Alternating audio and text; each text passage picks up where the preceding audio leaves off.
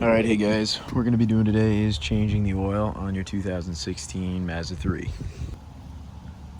Alright, tools right here. If you need them, you need your oil, you need your filter, you need a wrench to get the oil filter off. You're going to need some metric or, standard nuts, and then you're going to need your wrench as well. Alright guys, I'm under the car. I'm just using these ramps right now. I don't really like using ramps too much because my shoulders are kind of big and I don't have as much room under here, but I'm still going to try to do it. They're safer and I find they're easier to use, just so you don't have to jack, have one little small point on the side over there. But if you don't know how to use ramps, there's a bunch of videos up there that you can learn how to do it. So I'm looking at this right now. It's a nice skid plate. Obviously, I've never owned a car that was new and had a good, decent skid plate. But I tried opening this. This just opens up basically to nothing. You might be able to get to a bolt or something. That's why this is here. But I'm assuming I don't have to take this entire skid plate off because it's pretty big. I'm just gonna go basically. I'm gonna try to get under here and I'm gonna take this off here. So this looks like where I can get to at least the oil pan's probably right here. So I can get behind and just kind of get the oil drain plug cracked, and then I hopefully can see the fuel filter right here too. So this is what I'm gonna do. This has just a little cover over it, right? So it's gonna be like a push plug. I'm assuming there is a Phillips head screw right there, and then there's also a push plug back here, I think. Is that what these are gonna be? Or it's just gonna, if I can look at this now, I can't really reach down there. I'm assuming these are push plugs. They look like them. I don't like push plugs, but anyways, and then there's one right here. I might just try taking these two off, see if I can bend the plastic a little bit just to get to it. So I'll give you guys an update. Yeah, so as you guys can see there, I just, this is only like an inch inside this, so it's pretty easy just to pry it out with like a screwdriver and get this plastic open. So the oil filter's right there, and I'm assuming the drain plug is going to be somewhere on the edge of the oil pan. I don't want to go looking for it right now just because the engine's still hot, but anyways, if I can get you guys up here, maybe I'll be able to see it as well. But it's got to be somewhere. It's got to be this right here, isn't it? Well, this is a different drain plug. Got like an inside. I wonder what this is. Alright, cool. 2016. Look at how clean and non-rusted this is. I've never worked on a car that was like this, but here's the oil filter right here, and I'm assuming this must be the drain plug. I don't even know what it looks like, but you guys are getting first look at it. I'm gonna have to get under this and see what it looks like. But anyways, I thought it was gonna be some sort of nut, but it looks like it's gonna be some sort of Allen key or Allen wrench head. But anyways, let's get into it. Yeah, super weird, but it is actually a 5/16 Allen key I used. It was like, it's not super snug, that's for sure. So if it's like, if this drain plug is super tight and locked up, I wouldn't, I don't think I'd use this. But I looked up and they said you could use a 5/16. It worked for me. As you can see, I broke it free, but super weird it's not a socket. They went with an Allen head or a T, something, whatever those things called, or torque head or whatever.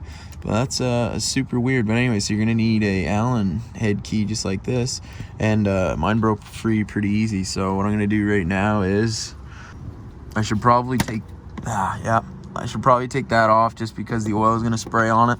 So I'm gonna leave it kind of over there, but that push plug is just gonna go back into that spot there. But I'm just gonna crack this open, put my my handy dandy oil catcher right here, and we're just gonna let her eat. Make sure you don't mess it up a little bit. Don't know when I just bought this car, so again, I don't know when the last time this oil was changed, but as you can see, it's pretty black for me.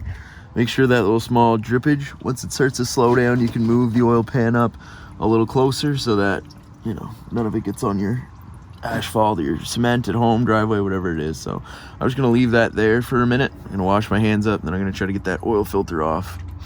All right, so I got my little oil filter wrench right here. It's actually a different one. I'll show you guys once it's done. I've never used it before, but my girlfriend's dad has this one. I'm just gonna basically loosen this up. I actually cracked it a little bit, so I should be able to just, if my hands weren't full of oil, which they are, I would just be able to twist that off. If you have some sort of like rubber rubber grommet or something that you could put over this just to kind of hand tighten or hand loosen this, that'd be perfect too. These shouldn't really be that tight anyways. You should just hand tighten them. So when I put it back on, all I'm going to do is just hand tighten them. If I find some sort of rubber glove or something like that, I'll probably have one. I'll go look for it now anyway. So that's what I'm doing. Right, make sure, just giving you guys a little FYI, make sure you guys have your oil pan underneath the filter housing as well, because this is going to dump out some oil too, a good amount actually, as you can see on my hand. But yeah, as the oil filter's off, I'm just going to put the other one on right now. All you're going to do to put the other one on is you're going to just lube up the rubber in here, as you can see just right here. I'm going to lube it up on the new one, which is over there, and then I'm just going to twist it, hand tighten it back onto the housing there. I'm not going to use the wrench anymore. I'm just going to hand tighten. So as you guys seen up there, I just hand tightened it. What I use is I just use my little rag, my shop towel here, put it around and then just tighten it up. I hand tightened it pretty much as far as I could go, and I also put the hex bolt back on this and then tightened it up. This is definitely not a 5/16 hex bolt. It did work just because this was, you know, anyways, it did work. So I would Google, or I'll put down in the description or up on the screen right now what it's supposed to be called that you can actually fit in there. It's a different looking bolt. I've never seen one before, to be honest, in my years of changing oil, because usually they're just sockets. I don't know why they went with this one with the indent there, but anyways, yeah. So I tighten this up as much as I can with that you know, that Allen head, the 5/16, just because this should be tight enough. You shouldn't, you know, super tighten this. There's probably specs that you can get it on, but again, I tighten this up as well, and this is tight, so now I'm good to just kind of button her back up and then put the new oil in. So that's what I'm going to be doing now. So there you go, guys. All buttoned back up here. Got all the bolts back in. Everything's good. It's only 3 of those things. Actually went in pretty easy with this push plug. The only thing that made it harder is I got my car undercoated, and this oil is very annoying to work with. But other than that, it was pretty easy. So all I'm gonna do now is just fill in the right amount of oil up there, and then we'll be all good to drive away.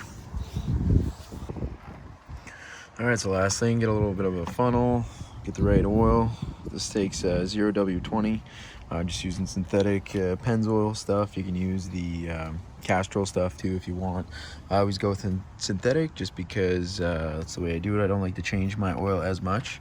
But anyways, yeah, so I'm just gonna fill this up with the 4.5 liters and it should be good. So hopefully this helped you guys out. Basically, a lot of you guys probably owning these cars in 2016, you're getting to the end of your warranty and maybe you're starting to do more work yourself. Well, here you go. Perfect video for you. I'm no one special, and hope you guys enjoyed. And as always, just played off with some music.